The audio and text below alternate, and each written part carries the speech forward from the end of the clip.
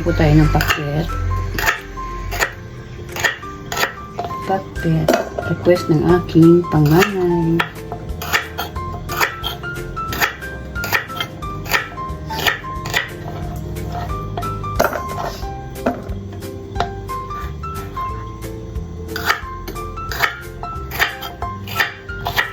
Partner po nito ay pritong boneless bangus.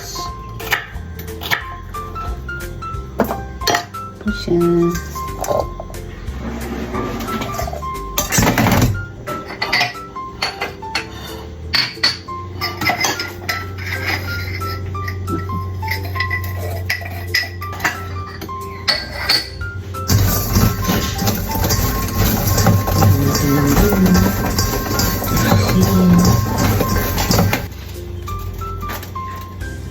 Natin ang alabasa.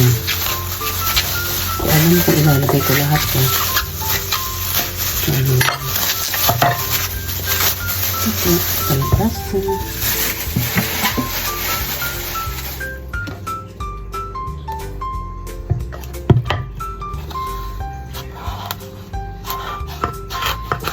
Masyadong mataas ang kanilang lababo.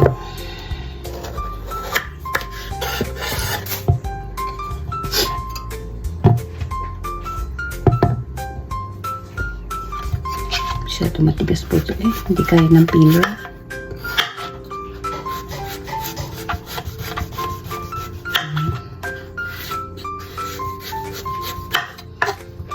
Ito pong ating niluluto ay konti lang. Good for 6 person or 8.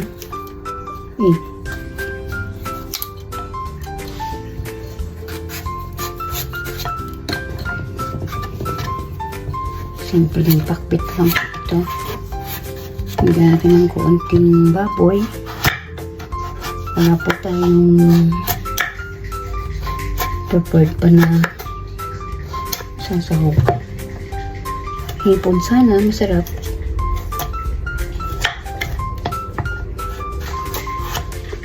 So, malayo po palengke dito. Wait lang po. Strainer. Salain natin yung palaya.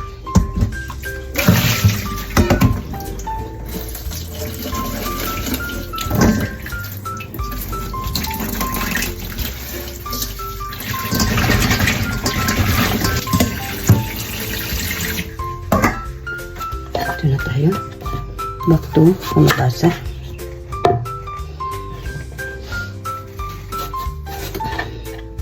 Hirap.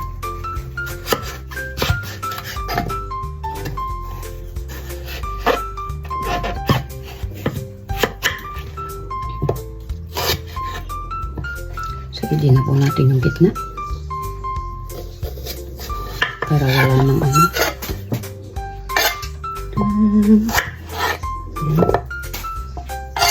Malinis na ano.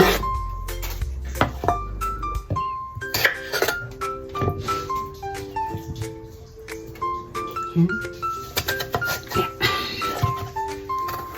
Matigas po. Mga kakusina. Ito na tayo sa kusina ni sa Edith's Kusina.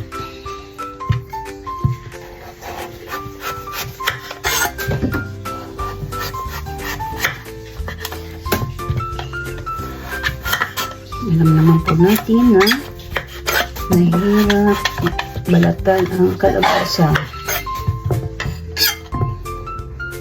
Huwag na po natin intindihin yung nag-hatching.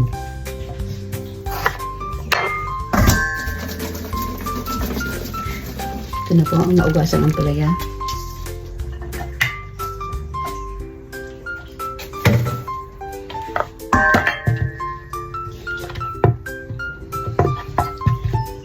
Tigas talaga mga kakusina. Ayan.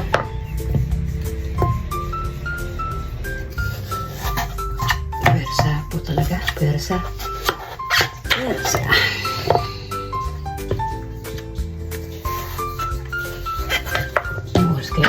Tapos na ito.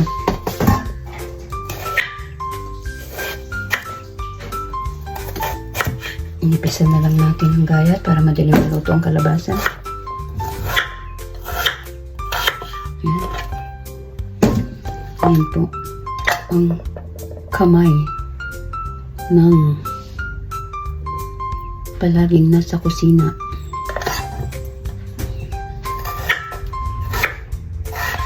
Puro ugat. Puro na ugat na po ang kamay ni kusina.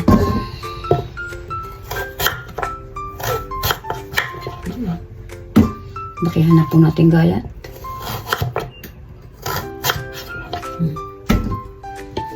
Kaya lang medyo ano lang po.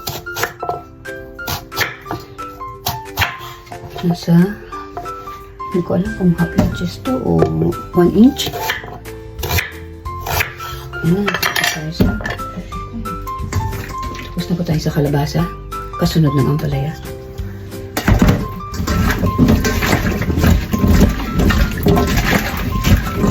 Hugasan po natin mga kakusina bago natin din i-trim tulad ng ampalaya.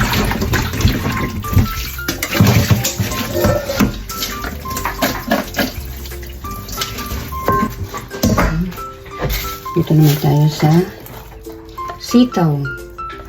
Yan ang magandang sitaw. Para sa akin po, ito pong klase ng sitaw na ito ang hindi po agad na lalanta. Berdeng sitaw. Yan, kahit ilang linggo po, basta nasa rep.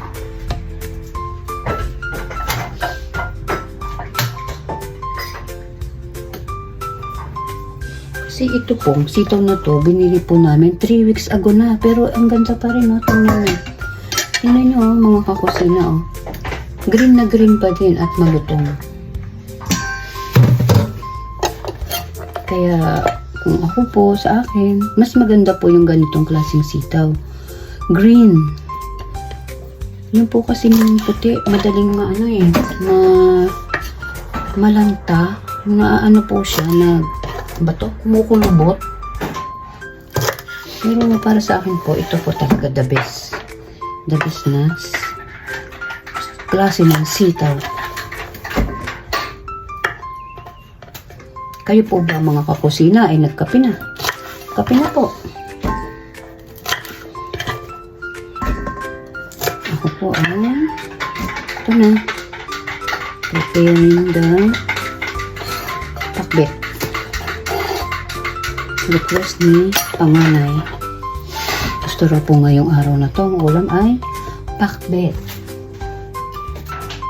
Hugasan na po ulit natin tulad ng ampalaya at kalabasa.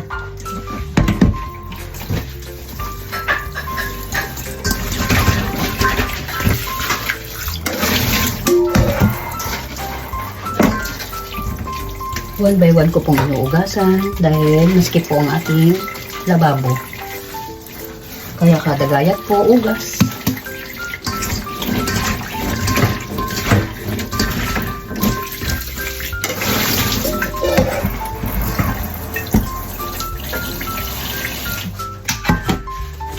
Sunod po natin ay, hindi ko po alam kung gagayatin na po din natin to, pero sige lang para dire-diretso na po ating pagluluto. Sunod po natin ay talong. Talong. Para dire-diretso na po ang gayat, ang pagluluto natin.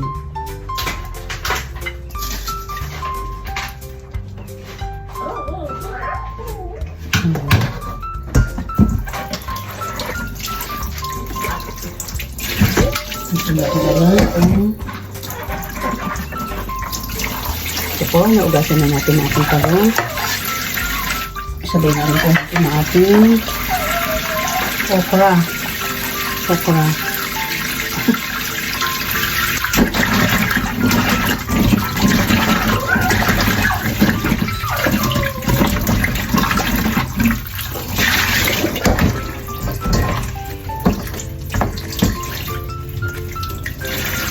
Ilalahap na po natin itong okra.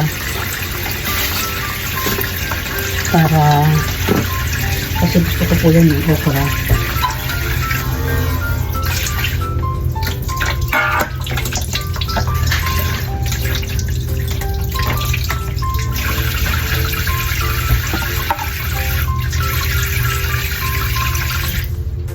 Ganito na lang gagawin natin sa okra.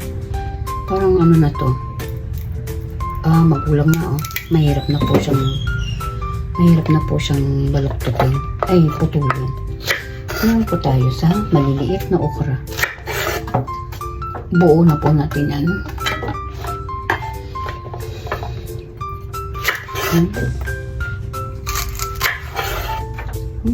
Malaman po kung mura pa ba ito o ano.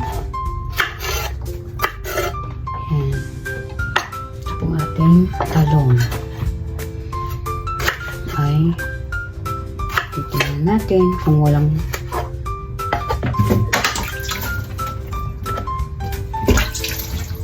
intruder sa loob. Parang meron po. Tinanggal na po natin ang parting may intruder.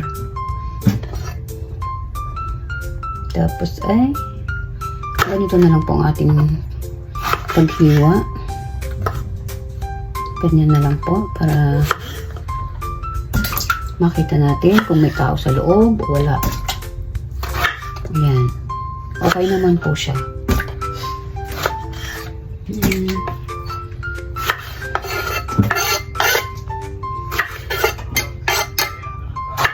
Ayan.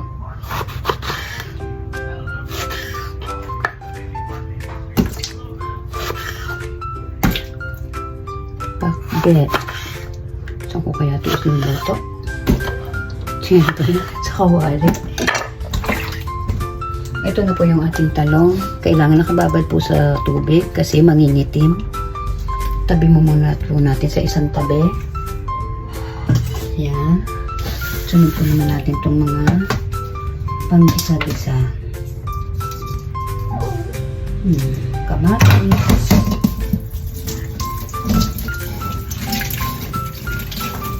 Masarap po maraming kamatis. Lagyan po natin ng 3 kahit kakunti lang. Ayan.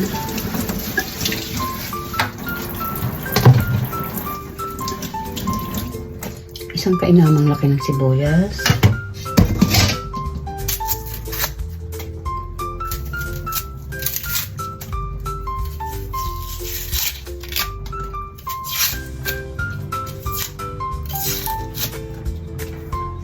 Okay.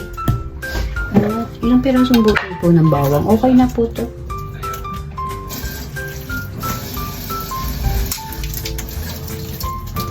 Ayun, may nagtanong kung gusto raw po ng pandesal.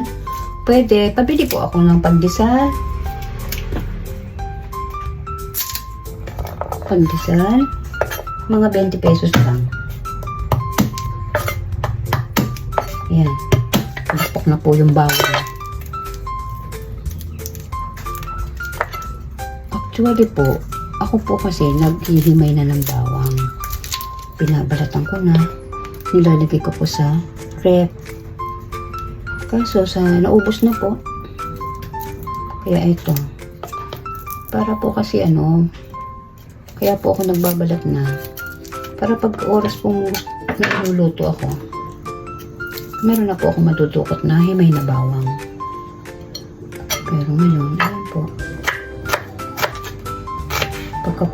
Saka po natin gagayatin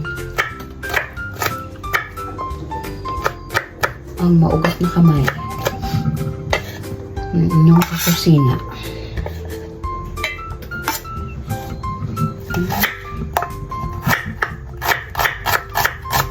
Hindi po natin magaya si Chef Logro.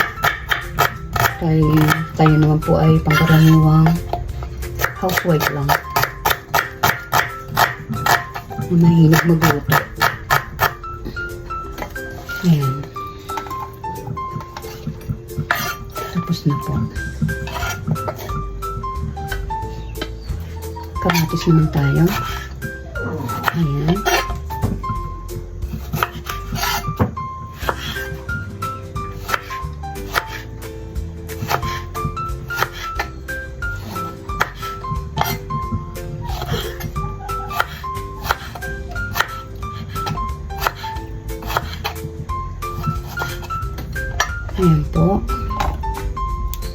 Ito ay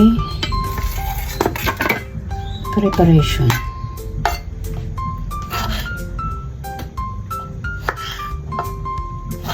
Para sa pakbet.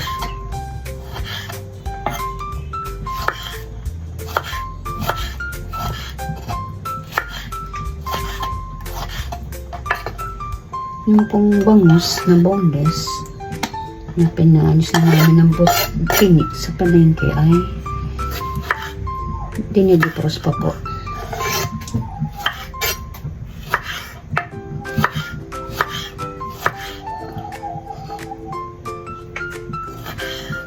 Habang ako po ay nagpe-prepare ng mga gulay para sa pagluluto, nagsasaing na rin po ako. Rice cooker.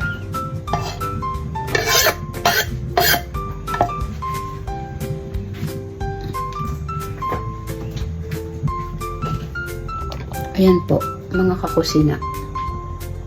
Ayan po. Nasa 33 na siya. Malapit na siya. Kumukulo na. Ngayon, nandito tayo sa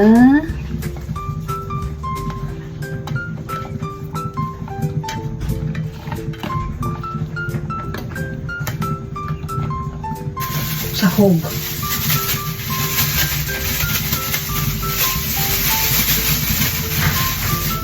Huwag mo na pong mamasamain. Ito lang po ang nakuha ka sa freezer na meron na pansahog. Hindi ko alam po ito. Parang bacon yata to. Masarap naman siguro po ito. Bacon. Sahog sa pakbet. Bacon. Hindi na po siguro ano yan. Alma.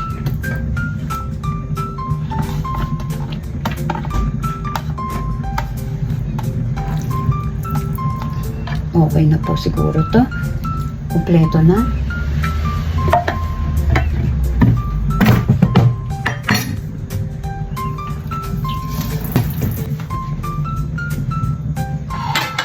Ito na po. Kompleto na. Ito na po. Magigisa na po tayo. Ito na po yung talong na nakababat sa tubig. O, hanggang dito na lamang muna po ang ating vlog sa paggagayat ng gulay. Thank you po. Magluluto na po tayo. Ito, unahin po natin ang fry muna natin ito sa hog.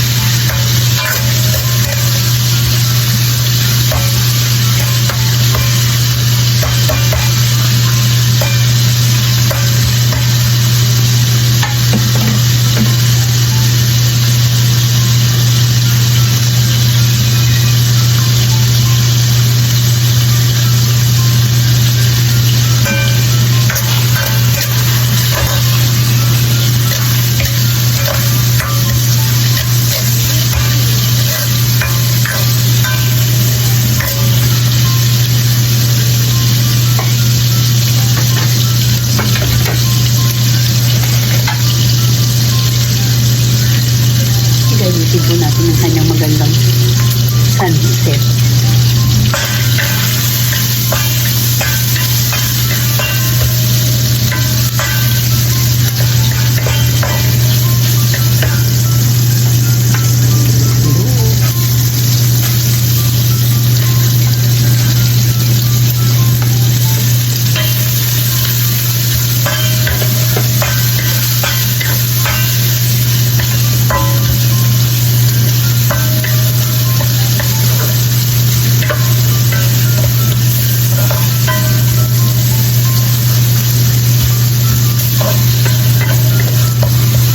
Dito lang po natin maigit para lumabas po ang aroma. Ang aroma ng sibuyas, bawang.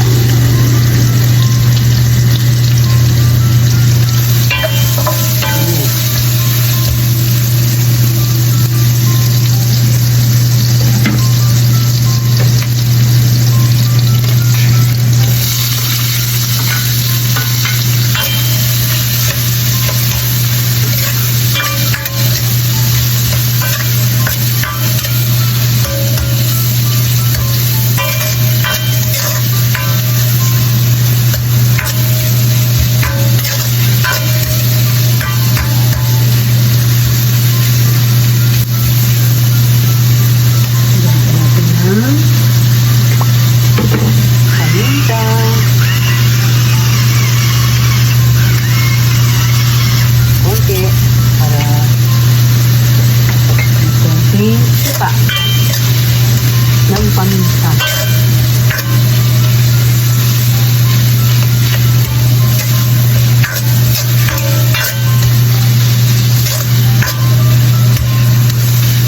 Ito po ang ginamit ko kasi gusto ko nididibis yung kamatis para po lumabas po ang atas pati aroma kung sama-samang ginisa. Sayang. Balik. Okay.